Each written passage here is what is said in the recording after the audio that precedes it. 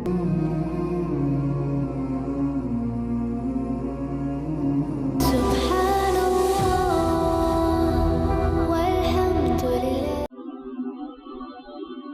আলাইকুম ওয়া রাহমাতুল্লাহি ওয়া বারাকাতুহু।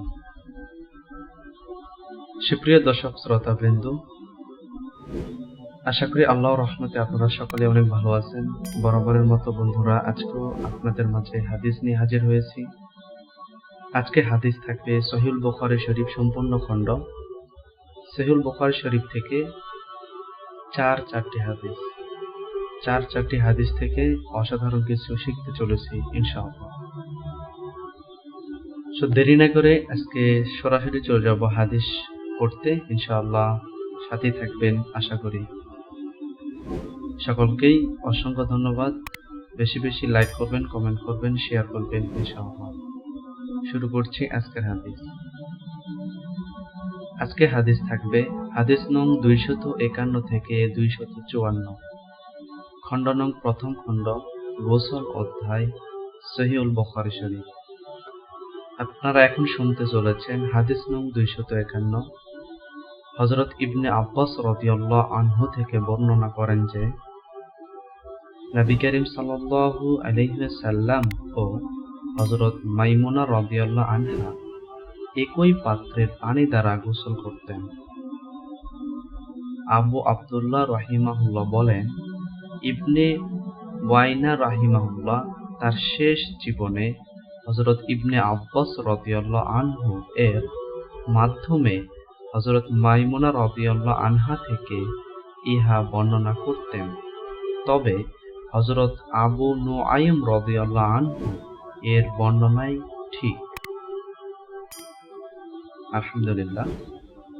সম্মানিত বন্ধুগণ, এখন শোনাতে চলেছি হাদিস নং 252। হযরত জুবাইর ইবনে মুতাইম রাদিয়াল্লাহু আনহু থেকে বর্ণিত, তিনি বলেন, রাসূলুল্লাহ সাল্লাল্লাহু আলাইহি ওয়াসাল্লাম বলেছেন, আমি আমার মাথায় 3 বার পানি ঢেলে থাকি।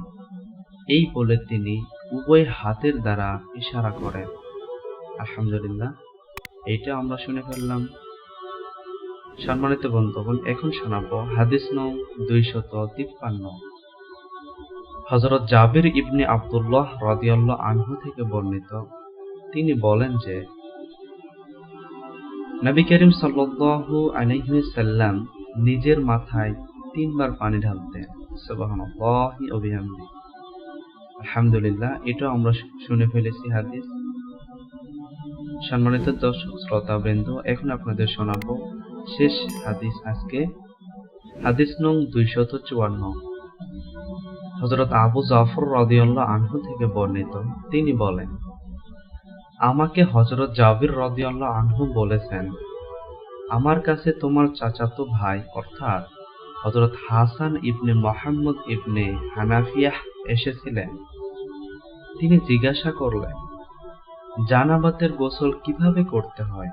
আমি বললাম, নবী করিম সাল্লাল্লাহু আলাইহি ওয়াসাল্লাম 3 আজলা পানি নিতেন এবং নিজের মাথার উপর ঢেলে দিতেন।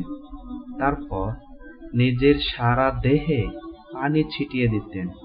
তখন হাসান আমাকে বললেন, আমার মাথার চুল খুব বেশি। আমি তাকে বললাম, নবী করিম সাল্লাল্লাহু আলাইহি ওয়াসাল্লাম এর চুল তোমার চেয়ে অধিক ছিল। আলহামদুলিল্লাহ। শেষের হাদিসটি অসাধারণ হতে চলেছে, হয়েছে আমি মনে করি। আমরা তো গোসলের পানি অনেক খরচ করে ফেলি, কিন্তু আল্লাহ রাসূল সাল্লাল্লাহু আলাইহি ওয়াসাল্লাম গোসল করতে কেমন পানি ব্যবহার করতেন, কত পরিমাণ পানি ব্যবহার করতেন। সকলেই হাদিসগুলো মানার তৌফিক দান করুন এবং সকলকে আল্লাহ তাআলা বোঝার তৌফিক দান করুন। ওয়া আখিরু দাওয়ানা আলহামদুলিল্লাহি রাব্বিল আলামিন। সকলের প্রতি সালাম রেখে আজকের মতো শেষ করছি। আসসালামু আলাইকুম ওয়া রাহমাতুল্লাহি ওয়া বারাকাতুহু।